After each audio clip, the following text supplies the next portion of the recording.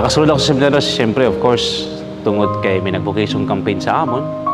Kaya I'm proud to say na isa sa mga nag-vocation campaign sa amon sa eskwelahan namon sa Sacro, amon si Father Mon Marcaida.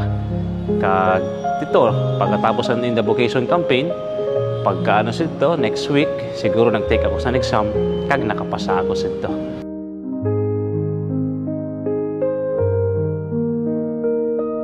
Well, pag-abot ko sa seminaryo, first realization was that it was a different place. It's not an ordinary high school,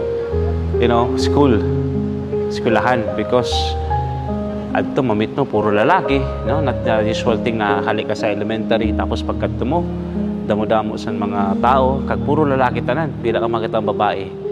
Kag usad sa mga nagustuhan ko dito sa seminary was that community life, no? You learn how to become a brother to another. Di ko sa amon pamilya, sa amon magmaranghod, duwa lang kami ng lalaki, kag ako nagahandom ako sa ito na magkaigwasin magurang na lalaki, but para man nahatag sa amon sa mahal na Diyos.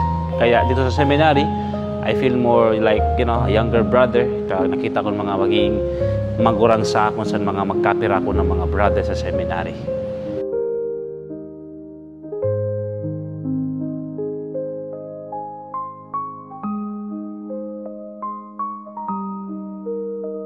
There was a time na nag-abot sa bukasyon sa stay ko sa seminary na gusto ko na maglabas. That was 4th year college ako, no? When the first time na in love, usual. Kag luckily sito na momento, I felt the guidance, I felt the ang dako na pagkamot sa mahal na Diyos sa ako na amo ang duso sa ako na magpadayon, magpadi. Because during that time, I asked the Lord, no? During that time na nagka-love ako, nagka-crisis ako, with regard to, affections. And I asked the Lord that time, Lord, ano bang gusto mo para sa akon? Kung gusto mo akong magpadi, tuguti na magtugot ang akon katrato sa ito na time, natugutan niya ako magpadi. And luckily, that prayer was answered by our Lord. Kung dili, wala ako dito sa utubangan niyo. And surely enough, ito na mga nangyayari sa akin sa ito na panahon was thanks be to God na overcome ko tungod sa dako na pagkamot, dako na paggiya sa ako sa mahal na Diyos, pakadi sa dinabukasyon na akon igwa sugad. Ginakamutan ako sa mahal na Diyos. Napalangga ako sa mahal na Diyos. Despite sa nakon kaluyahan, despite sa paging wara, no?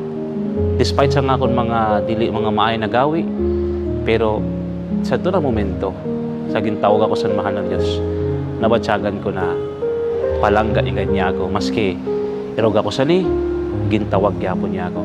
Kaya ito, amo talaga ito nagduso sa ako na magpadayon because I encountered or I felt in the first hand ang pagkamuot kag pagpalangga sa akong sa mahal na Diyos. Sa mga tao na nagahulat pa sa hindagin na sa mahal na Diyos, I tell you, be patient, no? Be patient, maghulat because God, I believe, God gives us things in its proper time, in its proper place. So patience, no? Patience, be patient. Ikadua, siguro is never be afraid, no? Ayaw makahadlok. Makahadlok sa kung ano mangyayari sa imo futuro, kung ano ang mag-agi sa imo sa na panahon, ayaw pagkahadlok. Because sabihon ko sa iyo, buhay ang Diyos, kag ang Diyos, pirmi nagantabay, pirmi kaupod naton sa na oras na aton siya kaipuhan.